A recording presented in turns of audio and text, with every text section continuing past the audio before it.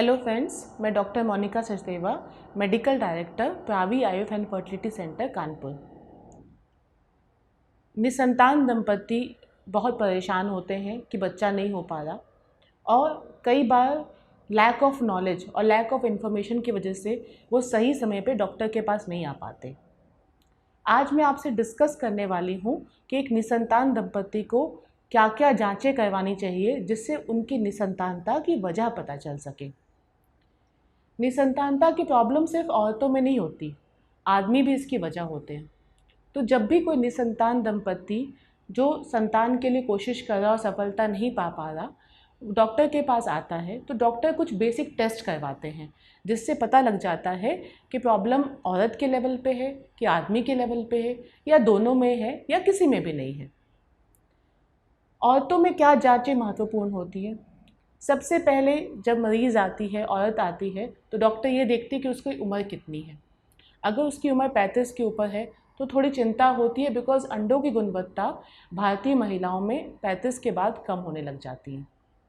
अंडों की गुणवत्ता जानने के लिए कुछ हार्मोनल टेस्ट होते हैं, जैसे कि AMH, FSH, LH, E2, thyroid का टेस्ट होता है, प्रोलैक्टिन का टेस्ट होता है। ये सब ब्लड टेस्ट हैं जो प्रिफरेबली महीने के दूसरे या तीसरे दिन में किए जाते हैं।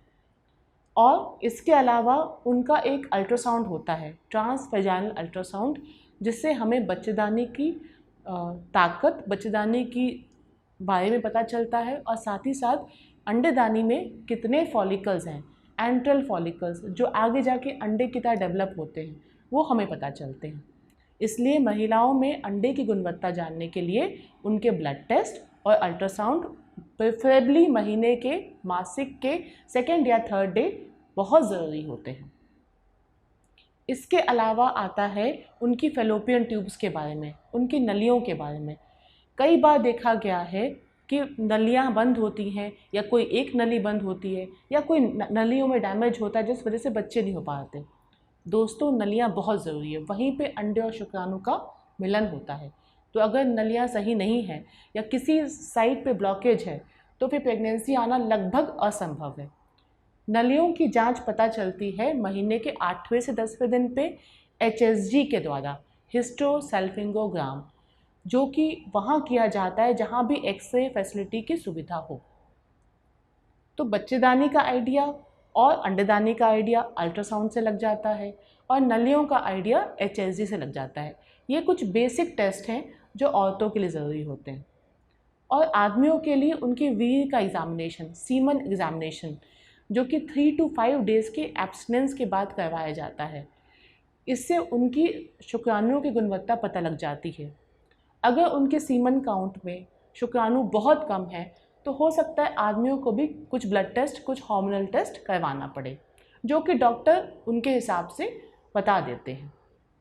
तो ये कुछ टेस्ट बहुत इम्पॉर्टेंट है।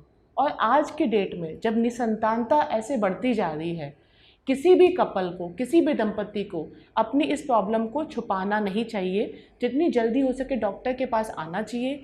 ये कुछ बेसिक टेस्ट करवा लेने चाहिए जिससे हमें प्रॉब्लम पता लग जाए। प्रॉब्लम की तह पता लग जाएगी तो उसका सॉल्यूशन भी पता लग जाएगा दोस्तों। तो टाइमली इलाज के लिए टाइमली जांचें बहुत ज़रूरी है। नमस्कार।